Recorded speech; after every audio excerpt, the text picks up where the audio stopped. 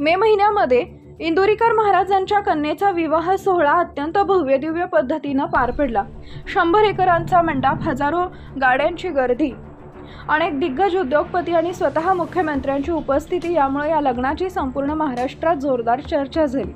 महाराजांनी कीर्तनातील आपल्याच उपदेशाविरोधात जाऊन मुलीच्या लग्नात अफाट खर्च केल्यामुळे सोशल मीडियावर त्यांच्यावर मोठ्या प्रमाणात टीकाही झाली।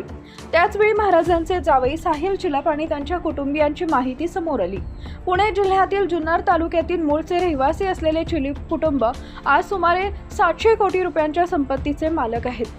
साहिलचे वडील सुनील चिलप हे 2003 मध्ये अत्यंत सामान्य परिस्थितीत मुंबईत आले होते आणि त्यांनी सुरुवातीला ट्रक ड्रायव्हर सोबत क्लीनर म्हणून हे काम केलं होतं। यानंतर त्यांनी व्यवसायात मोठी भरभराट केली आणि अफाट श्रीमंतीमुळेच महाराज भारावून गेले आणि त्यांनी आपली मुलगी तिथं दिली असा तर्क नेटिझन्सनी लावू लागले। लग्नानंतर अवघ्या 10 ते 15 दिवसात जेव्हा इंदोरीकर महाराज आपल्या पहिल्यांदा लेकीच्या सासरी गेले तेव्हा सोशल मीडियावर महाराज मुलीसमोर रडले आणि त्यांनी हात जोडले अशा थंबनेलसह काही व्हिडिओ फिरू लागले। लोकांना वाटले की लग्नानंतर काहीतरी वाईट घडले असावे, पण सत्य पूर्णपणे वेगळं होतं। त्या 700 कोटींच्या आलिशान बंगल्याबाहेर 24 तास हरिपाठाचा आवाज घुमत होता। चिलप कुटुंब 2015 पासून वारी दरम्यान अत्यंत साधेपणानं वारकऱ्यांची सेवा करत आले। एवढी श्रीमंती असून ही कुटुंबाचे पाय जमिनीवर होते।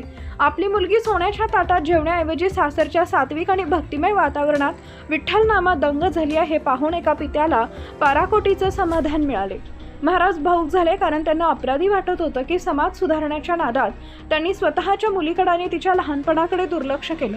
त्यांनी लेकीसमोर आनंदाने आदराने हात जोडले। जावई साहिल हा उच्च शिक्षित इंजिनियर असूनही शेतात राबतो आणि घरात वारकरी संस्कार जपतो हे पाहून टीका करणाऱ्यांची बोलती बंद झाली। हा व्हिडिओ आपल्याला संदेश देतो की सोशल मीडियावरील कोणत्याही गोष्टीचं वरवरचे रूप किंवा श्रीमंती पाहून लगेच चुकीचे तर्क लावू नयेत। जगासाठी पैसा सर्वस्व असू शकतो, पण एका बापासाठी, सुसंस्कृत कुटुंबासाठी संस्कार आणि भक्ती हीच खरी दौलत असते।